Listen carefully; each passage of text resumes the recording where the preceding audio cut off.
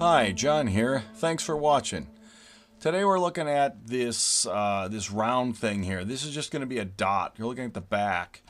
Let's render up the front one here so you can see where we're heading with this. Here's the inside of the front. Just a round dot. That's the diffuser, the face of a round dot diffuser. Remember, I made these big LEDs to make a sign that's going to be a timer. And if I want to show time, I need to have a colon between my minutes and the seconds. So this is one of the dots. I'll make two of these, which I'll use for a colon. So I need to put an LED in there and I have a little diffuser, just like the 7 segments. But these will just be round ones. These are a little simpler than the 7 segments. So I just went ahead and coded it up. We'll do a quick review and see how this thing works. You'll see a similar theme to the 7 segments here, because it's really kind of the same sort of logic and everything. It's just these are round and the other ones were rectangular, or angular anyway. So what do we got here? This one I chose to just simply start by specifying this distance of the inside diameter rather than calculating it from the LEDs. You can do it either way. I just decided I wanted a 23 millimeter distance in here. You'll see how that fits together as we move along. Again, the wall thickness, just like we did with the segments, that's this thickness of that guy right there. The back and the face Z, that's the diffuser thickness of this face, or the thickness of the base when we do the back. The hollow Z dimension for the back, this is the face, or the front rather. So the hollow Z of the front will be this distance right there, and in the back it'll be shallower at 5 millimeters. The fudge factor for the LED dimensions, every time we render something that's going to be an alignment edge or something for an LED, we give it a little fudge factor. Remember, same as the 7 segments, because the printer could have a little imperfections and goobers and things in our way, and we want to make sure that it doesn't accidentally become ever so slightly too small to fit the LED strips in there. The length of the LED, same as the 7 segments for each individual LED. And the width, again, same as the 7 segments. These guys have to do with the resolution quality, how many facets there are when you're drawing a rounded arc. I described that in my OpenSCAD tutorial, which I'll put a link to in the description of this video if you really want to know how that works. Just like the 7 segments, I want to be able to render a back or a front and so on. And I have these little helper functions that pass through all the variables that I want when rendering either the back or the front. They both use a single module, just like the segments did. This time I call it dot, because this is a round dot. The back and the front use the same diameter and the same wall thickness in order to fit together. That has to be true. The front uses the Z hollow dimension for the front, and the back uses the Z hollow dimension for the back. The face Z is the thickness of the diffuser. The back Z is the thickness of the base. The front has a tongue. The back has a groove. The back also has an access hole for wires and an alignment, some alignment guides to hold the LED in place. And the rest is just this one function right here, which I just documented the stuff I just went over. These are the arguments that get passed in here to the dot and tell it whether or not you want these pieces and how big the various parts are. Just like the 7 segments, we have these calculated values that we need to figure out given the basic dimensions that we passed in, such as the outside diameter of the cylinder that represents the shape, which is going to be the inside diameter plus double the wall thickness. No big deal. Outside Z dimension is the inside Z dimension plus the thickness of the diffuser, just like the 7 segments. The fudge factor for the tongue and the groove, just like the 7 segments again. This fudge factor is the fudge factor of the lip sticking out and into the groove in the base. This is the Z fudge factor, so that the groove is a little bit bigger in the base than this lip is that sticks into it. Again, to overcome imperfections in printing so that it'll fit even when there's a little bit of inaccuracy there. The tongue outer diameter, that is the diameter. You'll see that the that the lip here sticks out. The tongue OD is the distance from this surface right here to the mating surface on the other side over here, okay? The tongue inside diameter is going to be the distance between here and there, okay? Which is just going to, again, be the outer diameter minus twice. I decided to make this, the thickness of this guy here, the wall thickness, the same as that there. Tongue length is going to be how far the tongue sticks up to the top here. The lip Z is the height of the lip. The lip X is how much this thing sticks out. This will be applied to the diameter, where you'll notice that the lip Z is 1 and the lip X is 1. Well, that's really a half because it's part of the diameter. The other half is over here, okay?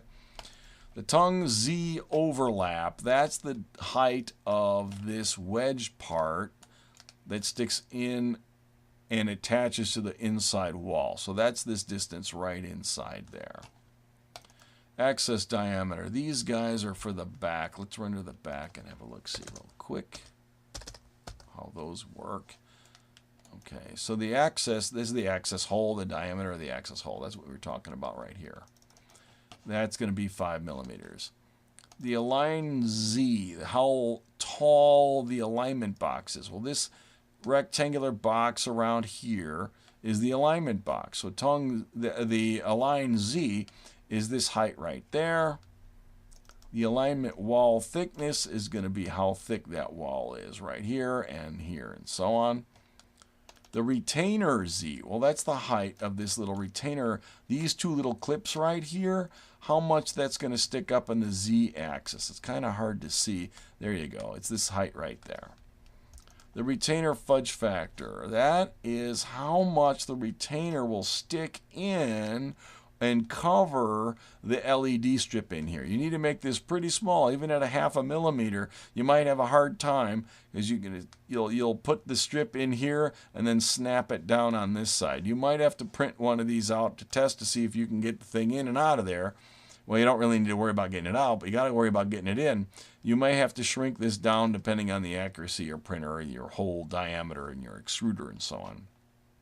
And the rest is rendering up the cylinders. So let's have a look, see how this works. Where we've got the back on here, so let's go for that. Both the front and the back have an outer cylinder, and we hollow it out. So here's the this thing here is the outer cylinder. I'll highlight it. You can see that's definitely the outer cylinder. We need to remove the inside out of there, okay? And there's the inside. I highlighted the negative space that'll be removed. This thing is in the obvious way outer diameter and the outer Z, and I wanted the inside one that'll be removed is the inside diameter and the inside Z, and I added just a little bit because I wanted it to stick up ever so slightly, as I discussed before and in my opening SCAD tutorial. If you remove some space, you want to make it ever so slightly bigger so that there's not this like zero length skin on top of here that'll make the previewer all render it and look terrible and so on. So that's why there's a little extra height there. It's also lifted up. It's not rendered at the base because we want to keep the base solid, right? The base is this back part here.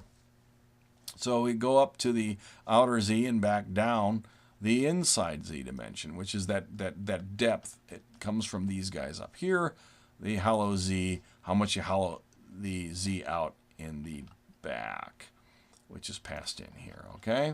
So that's where that comes from, and it's used here. Okay, so that's the main thing right there. I mean, if you didn't care about the retainer or the hole or anything else, and you could just hot glue an LED strip in there with one LED on it, and you'd be done. But we don't want to do that. I want to take the thing off the printer, have it completely done, without any reworking or anything else, pop my strip in there and not be gluing and everything else. So how do we do that? All right, well, the tongue and groove, the groove for the back is pretty simple. You can see it in the wall right here. It's kind of, well, you can definitely see the bottom of it here. It's hard to see the top because of the way the highlighting works in OpenSCAD. I don't know if I can, well, I can sort of see it over here. You see the bottom there and the top there, and there's this rectangular notch out of the side. That's this groove here. I'll highlight this. Remember, we're in a difference. We took the outside main cylinder, we subtracted the inside out. Now we're going to subtract some more out. We're going to subtract this cylinder out in addition to the other one. Well, this is a shorter cylinder that just sticks in. It's bigger than the outside, it's a little bit bigger than the inside dimension, so it just gouges a little bit out the side all the way around. So that's what this guy's doing here. Where does it go? Well, it goes at the outer Z, which remember is the whole height of this. So the bottom of this cylinder, this edge right here, is at the outer Z minus the tongue length. Remember, the tongue length is how far this tongue sticks out of the face and into the back. So that makes sense. It has to come all the way down to here. And remember, I mentioned the tongue Z fudge factor. So I want to make the groove a little bit bigger than the tongue so printer inaccuracies don't cause it to get hung up and not be able to snap in there. How big is this cylinder? Well, it's the inside diameter of this thing plus a little bit more. Remember the lip X I mentioned before? I wanted to make it a little bit bigger than the inside diameter so that the lip X can stick in there. The height of it is going to be the lip Z plus that fudge factor for the Z, right? We came down the lip X, the tongue length where the bottom should be, and we came back one extra Z fudge factor for the tongue. Now, when I render this, I want it to be that height plus 2 of these so that it goes up the fudge factor, it goes up its height, and gives me a little fudge factor on the top. Again, so that the lip really has a nice place to go without getting hung up on burrs or anything like that. So what else do we need? We need this access hole when we're doing the back. What do we do in here? Well, we're going to just put a cylinder there whose diameter is the access hole diameter. Makes perfect sense. And whose height is the thickness of the base, plus a little bit extra because, again, I don't want to have that little 0 thickness skin on there. Where exactly does that go? Well, I take remember this is the access diameter. So I'm going to start here. I'm going to go over the radius, the inside diameter radius, and then come back the radius of the access hole. So that's inside diameter over 2 is this radius here, and access diameter minus access diameter over 2, which is the radius of the access hole. And I'm going to go down in my Z a little bit, and I'm going to render a little bit extra in the height. So it'll actually hollow it out below the back and reach up a little bit above the inside. We can go ahead and highlight that. I don't know how well we'll be able to see that. You can sort of see a little bit of it sticking out the back here, right? Again, to get rid of that little 0 thickness skin that might otherwise show up in the previewer. No problem. So that gives us basically all the stuff we need except for the alignment. The alignment, if you look at it here, you can see this is a cube minus the inside hollowed out cube. That's these two lines right here, this difference right there. And then the retaining clips, these two guys right here and here, are another cube that we'll see in a second here, minus this inside gap in there. So where does the whole thing belong? Well, this main cube, the alignment, the outside borders that are going to hold the whole thing, it needs to be at it needs to be lifted up in Z, so it's inside here. Now look, when we make these cubes, I'm making them with center equals true. So the origin of these cubes have to be the center of the volume. So I need to go up the thickness of the base plus half the Z height of this cube in order for it to be sitting on the back. And I want to set it into the back ever so slightly so that there's not a 0 thickness gap that might otherwise occur between this cube and the inside of the back. That's what that little -01 is for there. So here we go. I'll highlight this cube here. All right. I'm going to just say here, there's the outer dimension of these walls, which is going to be the width plus the LED fudge factor, because I want to leave a little extra gap around ultimately the LED strip, plus 2 times the wall thickness, right? So there's the strip width. The strip width is this thingy in here, plus a little bit extra for the fudge factor, plus wall thickness there and there, which is your times 2. Your Y dimension is going to be the length of the LED, plus a little bit of the fudge factor for the LEDs, plus the wall thickness there and down there. The Z height is going to be the height that I want it, plus the 0.01 to compensate for the one that I stole out of there. This is a little bit overkill, but, you know, I can be accurate, so I might as well be accurate. So that's that cube. Remember, we're in a difference, so we're going to hollow it out. What are we going to do? Well, we're going to do the same X dimension less the wall thickness, and the same Y dimension less the wall thickness, which will give us the inside amount. And how high should it be in Z? Well, I make this Z a little bit thicker than that one so that when I hollow it out, I don't have that little skin on there. And we can see where that cube is, which is the inside right there, which makes perfect sense. So I hollow it out that way. What is this guy doing down here? This is the retaining lip, okay? So these two guys right here are these retaining lips. So what do I need to do for those? I need to, again, I got to lift up. I'm going to render these cubes. Remember, these are center equals true, so I'm the center of the volume and not the corner edge, which is what you get if you don't center it like that. So the bottom walls, the cubes for that, were at BZ plus align Z height over 2. This one's going to be at BZ plus the thickness of the aligned Z plus then half the thickness of the retaining thing. Same logic up here, but it's just up higher based on the thickness of the thing underneath it. Again, make sure it dips in ever so slightly so there's not a gap. Make a cube, hollow it out. Again, same way we did the other one, but this time I'm only going to have 2 edges and not all 4 of them, right? So here's this cube here. I'll highlight this. What do we got going on there? That's the width plus the fudge factor align. This width here in the X dimension is exactly the same as the X dimension I used for the bottom. No problem. That shouldn't be a surprise because that just lines up on the outside right on there. The Y distance, I just kind of arbitrarily chose. I'm not going to make it the full length of the LED. I'm going to back off a little bit. So we're 1.5 millimeters in each way. The reason I did that is because when you cut your LED strip, there could be an ever so slight burr on the corner, a little foil strip in the backing that could get hung up in here. So, and plus your printer could leave a weird goober or something on there. Very likely to happen on these kind of squarish corners. So why let it get hung up in there? Leave an extra gap. It doesn't need to be the full length. I just left a little space in there. The retainer Z dimension is the height, the thickness of that guy, okay? And then we hollow it out. Bing, bang. There's the other guy right there. Again, just like this one. That's the width minus the fudge factor.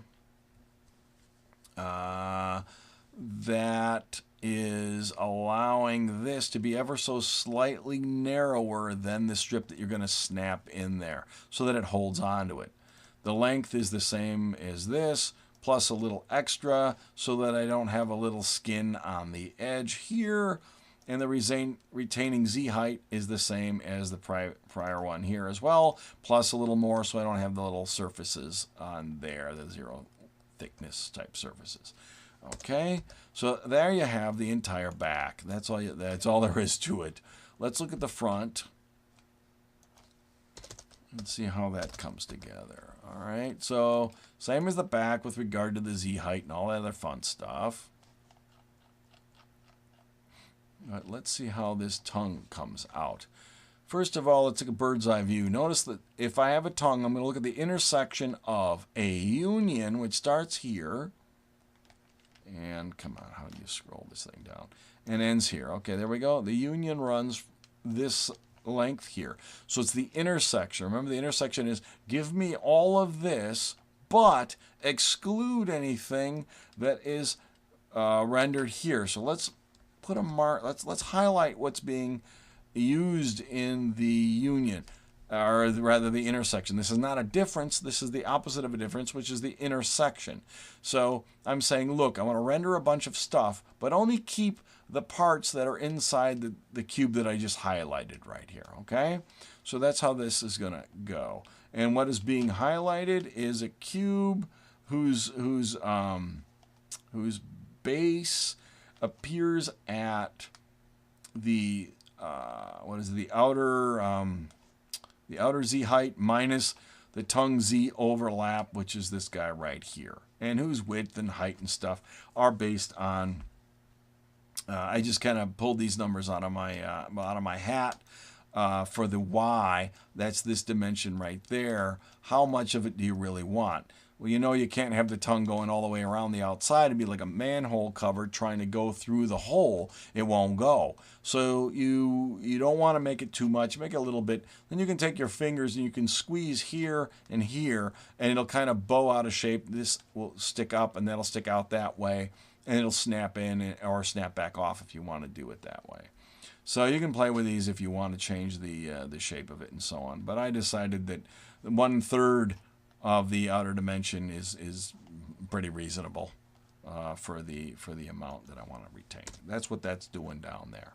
This here is a union because I want to take the entire contents of the union and use that as my intersection, not dealing with all the little bits and pieces.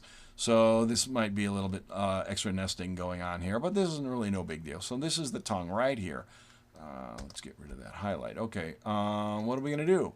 For the tongue, I'm going to base this entire thing as a difference here, and it's going to be origined at the Z-axis, but moved up based on the outer Z minus the TZ overlap. So I'm now at that height right here, down inside in the middle. And I'm going to say I want to take this union and I want to subtract this thing from it. Okay? So what's this union? The outside and the fill, what is that all about? Well, so this is a cylinder that's going to represent the body of the tongue, this section here. But I have to be careful. Look very closely at this. Just like the 7 segments, this is inset a little bit. If you look closely down the side, you'll notice there's a gap in there. This is recessed in again so that when I snap it into the back, if any imperfections on the inner wall of the back don't cause it to get hung up. So this is ever so slightly small. Now, I need to obviously add some more material so that it gets stuck to the actual face. Otherwise, the thing is just floating in midair and would be loose. So this down here is another cylinder on the bottom that reaches out into the outer diameter of the whole face here, right? So that really exists to fill in this little gap, right? That would exist right there, okay?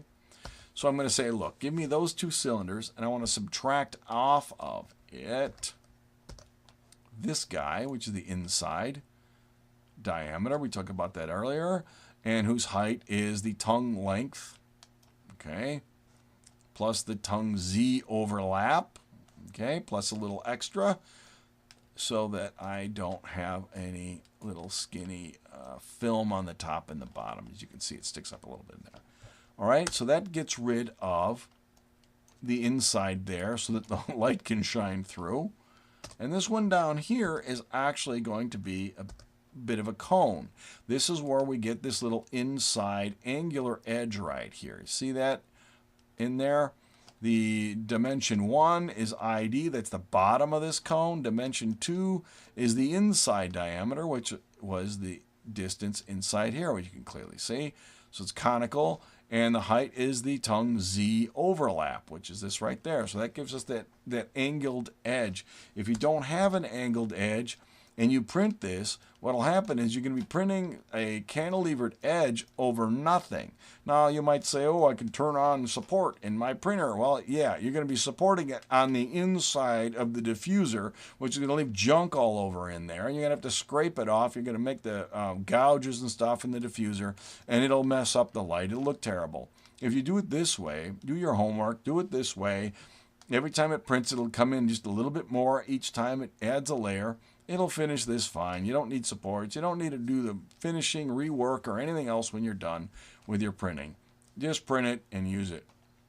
Do the extra 5 minutes to figure that out. Anyway, now we need the actual little lip that sort of sticks out of the tongue right here. So what are we going to do there? We're going to go to outer Z, which brings us up here, plus the tongue length, remember, which goes all the way up here, minus the lip Z, which brings us back down to that height in the Z axis right here. Then what we're going to do is we're going to make a cylinder, which is going to be a little flat frisbee-like thing. I'll put a highlight on there.